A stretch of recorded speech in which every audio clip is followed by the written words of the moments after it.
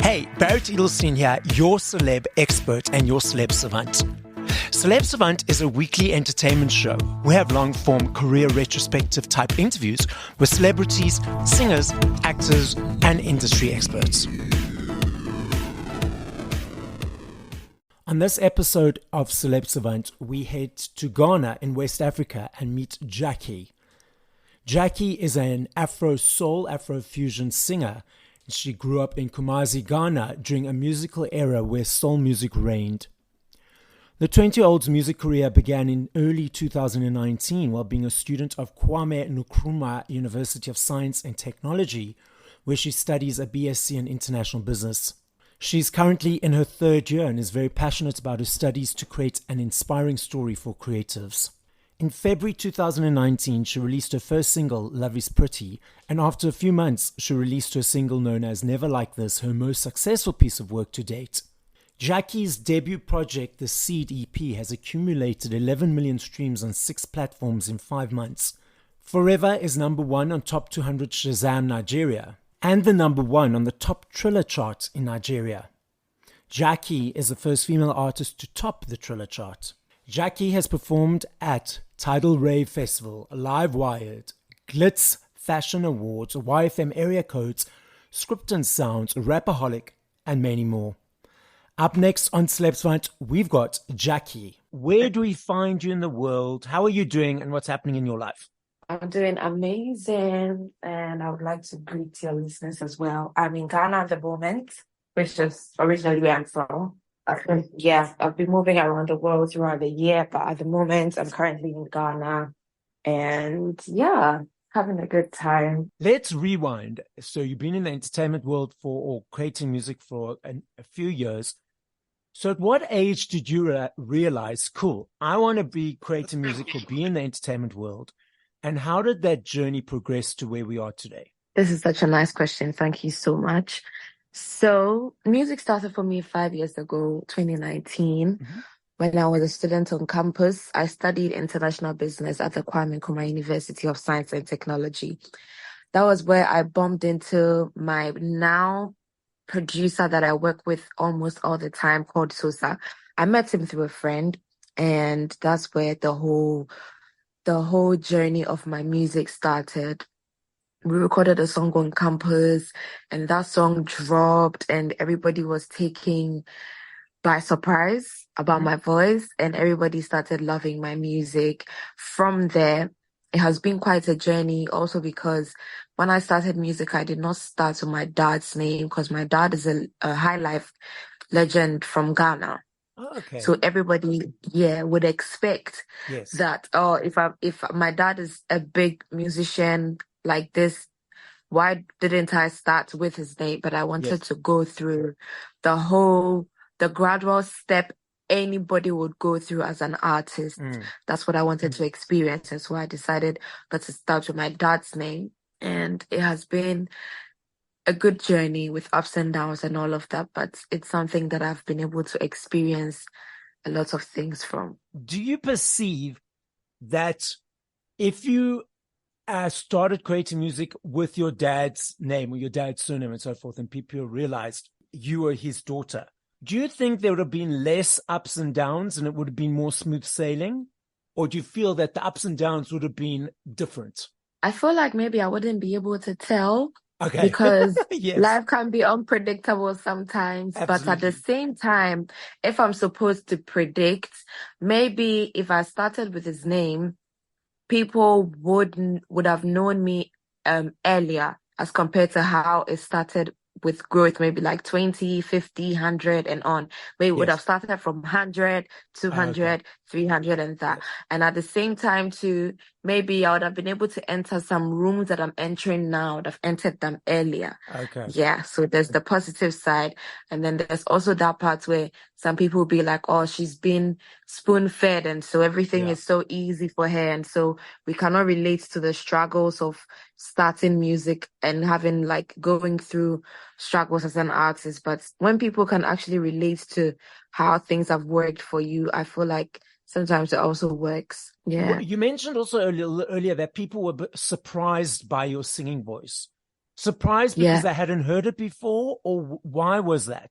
Yes. So I was getting quite a number of comments from people that said my voice is new to them. I think it's because of how deep I sing. Okay. When I start to sing, I sing really deep in a very low tone as compared to how I talk.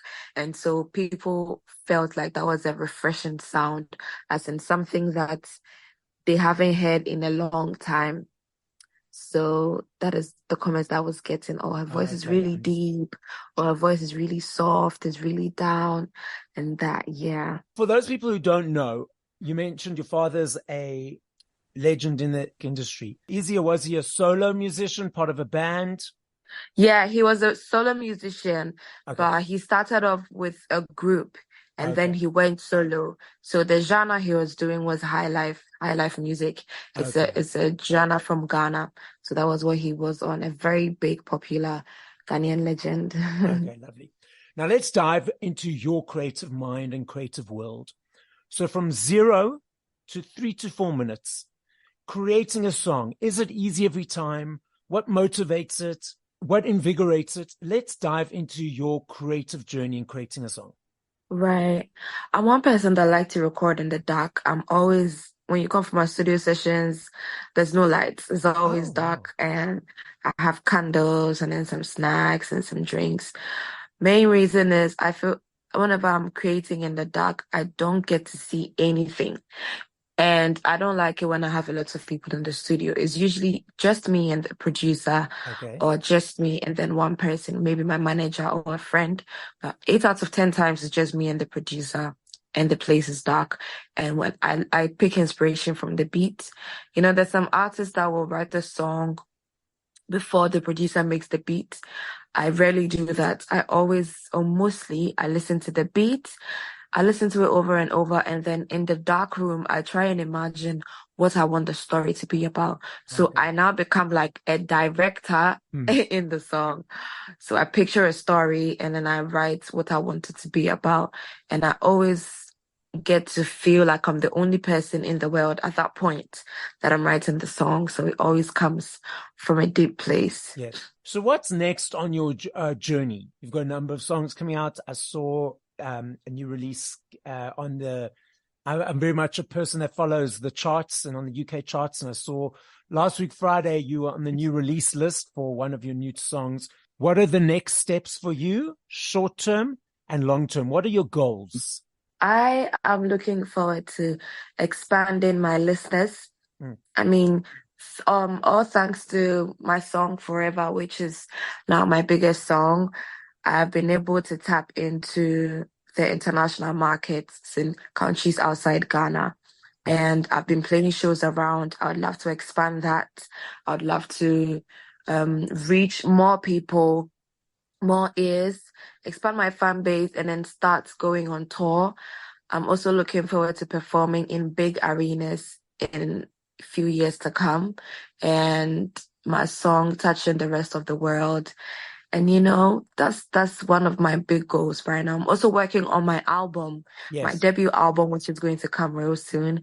That's one thing that is going to blow people's minds. So I love your goals. They're so determined. They're so strong. They're so focused, which Yeah, is amazing. That's a cool. yeah, yeah. What do you enjoy about performing live? I'm able to speak directly to the fans, and Yes. I'm able to also sometimes just tweak the song just a little bit and make it a different version, not entirely different, but a soothing version of whatever it is. And whenever I'm performing live, I'm able to communicate with the fans directly, just the way that I want. So I'm that person that's always dancing up in front, enjoying the vibe. I'll take my phone out for 1 or 2 songs, couple of clips, couple of photos. But I notice the people around me have got their phones out a lot of the time, busy posting, tweeting, videoing photos. Do you feel from the person on the receiving end that that's a distraction from the communication that you reference, or it's just where society is at the moment? I would be on both sides Okay. and say that one, right now, we're in a generation where everything or almost everything is so on our phones. Yeah. Technology has taken over, and a majority of our people now are into content creating, Mm. influencing. And, you know, back then when you could create memories on a CD or an album, you have, you know, when you go to people's houses, they have photo albums Yes. and then they have CDs where you can watch videos of whatever they've had. Right now, most of our memories are on our phones. Mm. We have to capture memories and then relive them, go back home and watch them. So I believe there's that part, but there's also that part where, you know, you take that footage and then maybe the rest of the concert or the rest of the program, you enjoy it. And then you get to feel it because you would want to have an experience physically and have an experience on your phone to watch later on. But if you end up recording the entire concert, that means you never got to, it's more like you watching it on TV at home because you're Yes. paying attention to what you're recording on your phone. So you can take some footages in some parts of the concert and then you enjoy the rest of the concert with your eye, physically, enjoy the moment, enjoy the artist. So yeah, I think that's how it has to work. So, you know, there were CDs, as you mentioned, vinyls, records, cassettes. I'm Yeah. not sure if you're aware, those are making a massive comeback. For example, vinyls in the UK. Yes. Yes. Yes. I love that resounding yes. Vinyls in the UK had a big impact last year, CDs as well. I love me a CD. I love the CD because it gives me an opportunity to say thank you to you for all your hard work. It's an energy Yeah. exchange. I like the pictures. It's an experience and journey to choose which one, open the wrapping, listen to the entire album. And then we've got these Yeah. digital platforms. What preference do you have, if either, and what are your perceptions on the physical and the digital? I like the fact that we're getting the vinyls and everything, like everything is coming back. More like the vintage era in our generation now is kind of interesting. And I actually wish it became another option that is actually coming to stay. I like it because, you know, sometimes it feels nice not not be doing what everybody is doing. If Mm. everybody is playing music from their phones, you should be able to also play music on the CD as an option. I feel like right now we're also at a point where people get tired of everything easily. And that is why some Y2K sounds are coming back. You see people dressing like the 2000s. People are now listening to a lot of the songs from the 2000s. Even myself, the past few months, my playlist has been full of songs from the 1990s, the 2000s and all that. Yeah. It's because we miss it and we are getting we're getting a lot of memories from them. And so I do like that.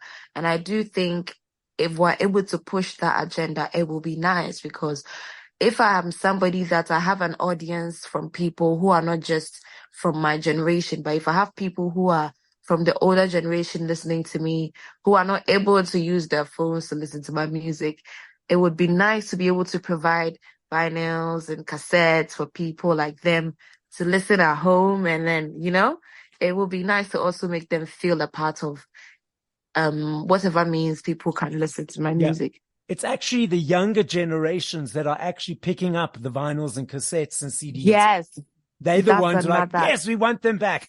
Yeah, we want them back. I know if I had to ask you this question tomorrow, in 2 days, I know your answer will be different every time because there are millions of them and I understand that. But if you had to push play to 5 songs by other artists, once we finish this conversation, what songs would you play and by whom? Oh, if I'm supposed to push play on 5 songs, Yeah. I'm going to take you back if I'm supposed to push that. Okay. I'm gonna take you back, but I'm gonna chip in one of my songs. Yeah, of course. Yes. So yeah, the first song I'm gonna chip in will be Rent Free, which is the song I just dropped. Yeah. The second song that I'm going to play is going to be I'm Better by Missy Elliott. The third song I'm going to push is going to be let's see. Big Pop-Up by Notorious B.I.G. And then how many have I mentioned? 3. 3. So you got 2 more. Two more. The fourth song is going to be Walk by Kwesi Arthur. He's a Ghanaian artist. And then the fifth song is going to be Soulja Boy, Crank That. Love it. Nice mix. Nice genres. Amazing. Yeah. So Thank you. the podcast is listened to throughout the world. So as a final message, what would you like to say? As a final message to anybody listening that is about to get new to my sound, I am an Afrofusion artist from Ghana. My music is very versatile. I like to tap into different sounds. And I believe that anybody that should tap on any song that I've released is going to be a fan of Gyakie music. So guys, listen to the music, download it, enjoy it, and experience it.